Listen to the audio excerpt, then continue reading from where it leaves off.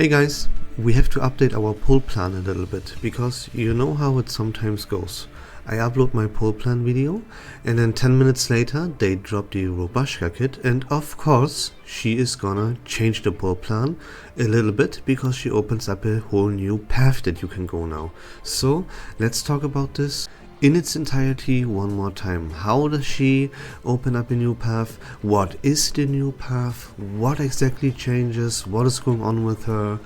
Let's break this down again. First, let's go over the current path without Rubuska, really quick one more time. We pull for Nautica, we pull for Lucy, and Fatutu on the Promise of the Water banner. Those are the three must pulls in the second anniversary. Then in 3.0 we get the character Sharon that we can pull for, and obtaining Getian is a very good option, as with his Euphoria update he joins the Ultimate Archetype team as a best in slot. Then in version 3.1, for now we either you go for Rubuska or you don't, and we have to wait for A Night and Argus how their Euphorias will turn out. Okay, cool. Now, how does Rubuska kind of change the pull plan, and what is the new route that she opens up? Thanks to the Rubuska release, you would be able, if you wanted to build two blood tie teams. Without Rubuska, this wouldn't be possible. With her, it is now, and that's how she changes the pull plan, or can, if you decide to go that way. What would that mean? How would that change things? That is that you would then play the Nautica team, about Nautica and Semmelweis, with Flutterpage and Fatutu instead of Sentinel and Medicine Pocket. That way you free these two up, and together with these two you play Eternity as the main DPS with her Euphoria number 2. You then have, of course, Sentinel as the sub DPS, and you have both Rubuska and Medicine Pocket as the support and the respective sustains. That would lead to you having way more damage than you would ever need with Eternity and Sentinel, plus with Medicine Pocket and Rubuska on the same team, you would also be completely unkillable, and that would make this team here very, very strong. Of course, the problem that still exists here, and that I have to mention, is that you make the Nautica team, you make Nautica a little bit weaker, because you don't play her in the best and slot team anymore. That is a little bit of a downside. You want to use the best character in the game to her maximum efficiency, right? That is needless to explain. Another big issue that might occur here to you is that you lose the flexibility of Flutterpage and Fatutu. That is normally, the team here, the Blood Tie team, that is normally not where you want to play Flutterpage and Fatutu. So you would lose these two. Now imagine that in 3.2 or 3.3 they release a new main DPS, or they give a Euphoria update that makes it so that we get a new main DPS for the follow-up team. Then you would need Flutterpage and Fatutu for this team instead, and then you lose this whole option here, right? So going this route can be, is in fact a little bit dangerous. This could, if a new main DPS for the follow-up team emerges, fall all apart.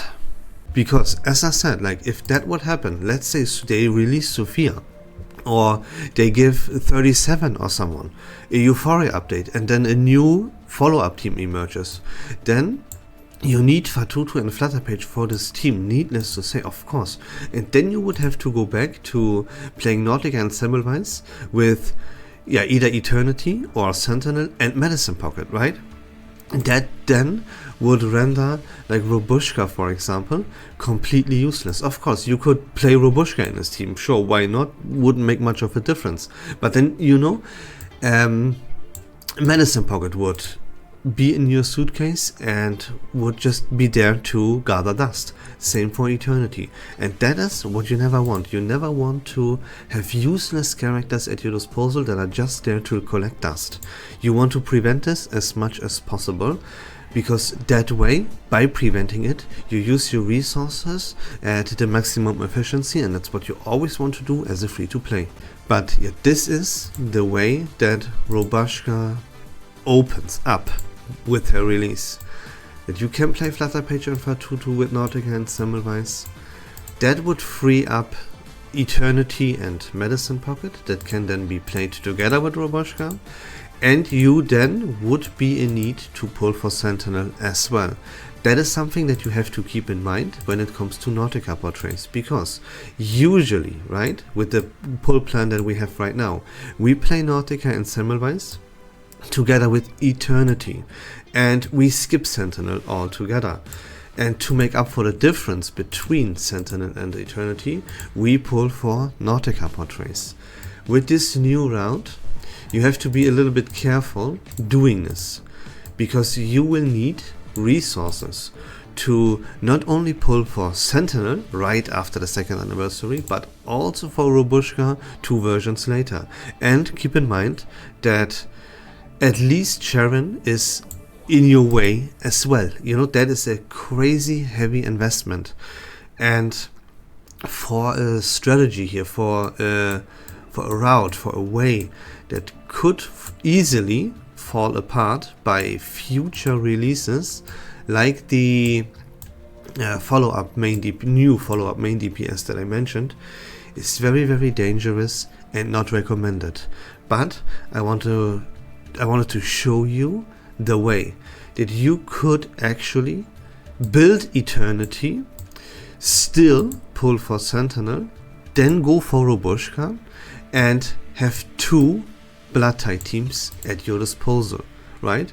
Remember everything that I just told you. Watch out for how many portraits for Nautica you pull. You need resources for Sharon, maybe for Getian, maybe you have to pull on a Euphoria banner in version 2.8. Maybe you even want to grab Getian in 3.0. And then you have to pull for Sentinel and Sharon. You have to pull for Rubuska 1 version there. It is a crazy investment for something that is probably gonna fall apart not too long after you establish that. So yeah, that is your own decision, of course, if you want to go the route. If you want to build Eternity, you still want to pull for Sentinel, and then you go for Rubuska, right? You kind of make Fatutu and Flutter Page a little bit weaker. You make Nautica as well a little bit weaker by playing her not in the best in slot team. So yeah, I wouldn't at all recommend going this route. Sentinel and Rubuska are both skips, and we just use Eternity. And yeah, again, to make up for the difference between Sentinel and Eternity, we pull for Nautica portraits. That's the best way to go, because Eternity is just simply much cheaper than Sentinel is. By you can get her completely for you probably already have her. If not, you can grab her for free, as I highly recommend it, for weeks now, from the 6-star collector that you have at your disposal. And she is currently available even in the Euphoria banner, so that makes it cheaper in total than a Sentinel would be. That's why Eternity is just a much better option. And then again, you just pull for Nautica portraits to make up for the difference between these two.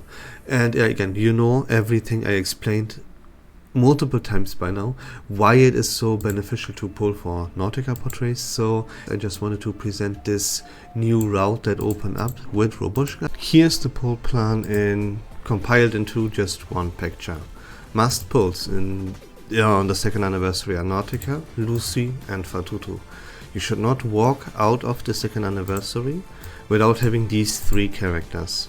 Keep in mind that you need additions to build their respective teams. All of these characters here, except for Eternity, will all be part on the Euphoria banner in version 2.8. So whatever you need Semmelweis, you need Melania, you need Ezra, grab them from the Euphoria banner. Remember what you have to do with Eternity. Then in version 3.0, you're gonna pull for the character Sharon. Then it depends on, will you go the double Blood Tide route with Rubuska or not? If you don't, you easily skip Sentinel, no problem. You might want to consider, depending on your roster, if you want to grab Getian or not. I would highly recommend it. He's the best in slot in the Ultimate Archetype team, and he will be very beneficial. At this point, it depends a little bit on your resources though, and if you already have Getian or not. Then in version 3.0, this version is in general, right? The recommended route is to completely skip this. But as I said, if you go the double Blood Tide route, you have to go for Eternity, Sentinel, and then pull for Rubuska. Now here we have to keep in mind that there will be another character called Corvus that is going to be released. That might be something that we want to pull or not. We have to wait and see for this one.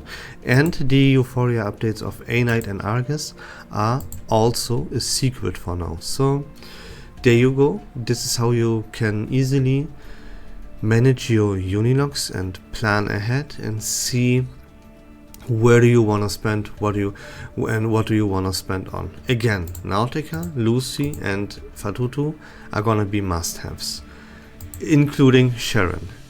Everything else is kind of skippable. Of course, right, you have to keep in mind that you want to play Blood Tide. You don't want to walk out of the second anniversary, miss the power creep, and don't play the best team in the entire game with the best character in the game. Like, of course, right, that is needless to say, unless, of course, the very specific scenario occurs to you that you are like a brand new player.